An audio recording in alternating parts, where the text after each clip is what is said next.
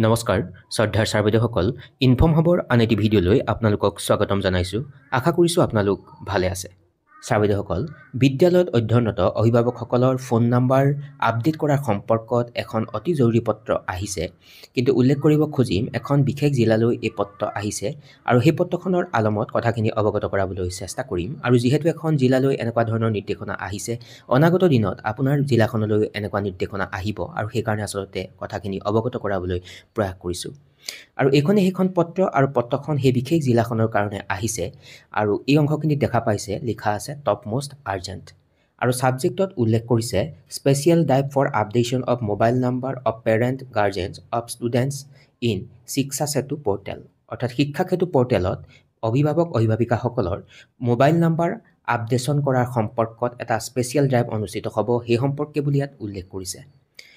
তাৰ পৰৱৰ্তী এই অংশখিনিত উল্লেখ কৰিছে যে ওপৰত উল্লেখ কৰা বিষয়টোৰ সন্দৰ্ভত আপোনালোকক জনাও যে বিদ্যালয়ত অহৰহ অনুপস্থিত থকা ছাত্ৰ ছাত্ৰীৰ অভিভাৱকসকললৈকে সমগ্ৰ শিক্ষা অসমে SMS প্ৰেৰণ কৰিবলৈ ব্যৱস্থা গ্ৰহণ কৰিছে ছাত্ৰ ছাত্ৰীৰ অনুপস্থিতিয়ে তেওঁলোকৰ যি শৈক্ষিক যি অগ্ৰগতি সেই অগ্ৰগতিত বাধাৰ সৃষ্টি কৰে আৰু বেছিভাগ সময়তে ইয়াৰ ফলত ছাত্ৰ ছাত্ৰীসকলে বিদ্যালয় এৰি দিয়া দেখিবলৈ পোৱা যায় তাৰ পিছৰ অংশখিনিত উল্লেখ কৰি লিখিছে এতিয়া নিয়মীয়তা বজাই ৰাখিবলৈ আৰু ছাত্ৰ ছাত্ৰীৰ উপস্থিতি উন্নত কৰিবলৈ এনে ছাত্ৰ ছাত্ৰীৰ অভিভাৱক অভিভাৱিকাসকললৈকে SMS প্ৰেৰণ কৰা হ'ব যাৰ বাবে অভিভাৱকসকলৰ যি নম্বৰ সেই নম্বৰ শুদ্ধ হ'ব লাগিব তাৰ পৰৱৰ্তী অংশত উল্লেখ কৰিছে সেয়েহে শিক্ষা সেতু পৰ্টেলত ছাত্ৰ ছাত্ৰীৰ অভিভাৱকসকলৰ সঠিক মোবাইল নম্বৰ আপডেট কৰিবলৈ অহা 13 মে'ৰ পৰা 17 মে' 2025ৰ ভিতৰত এটা বিশেষ আচলতে অভিযান চলোৱাৰ কথাটো ইয়াত উল্লেখ কৰিছে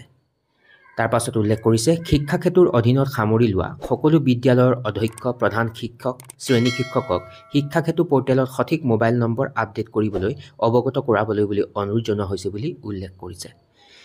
এনেকৈ ছাৰ বাইদেউসকল সেই গুৰুত্বপূৰ্ণ পত্ৰখন আহিছে যিহেতু বৰ্তমান সময়ত ছাত্ৰ ছাত্ৰীসকলৰ বিদ্যালয়ত উপস্থিতিৰ হাৰ কমি গৈছে আৰু অভিভাৱকসকলৰ লগত ডিৰেক্টলি যোগাযোগ কৰিব পৰা নাযায় আৰু যিসকল অভিভাৱকৰ ফোন নম্বৰ আছে সেই ফোন নম্বৰবিলাক সঠিককৈ সংগ্ৰহ কৰি শিক্ষা ক্ষেত্ৰত আপডেট কৰিবলৈ বুলি কোৱা হৈছে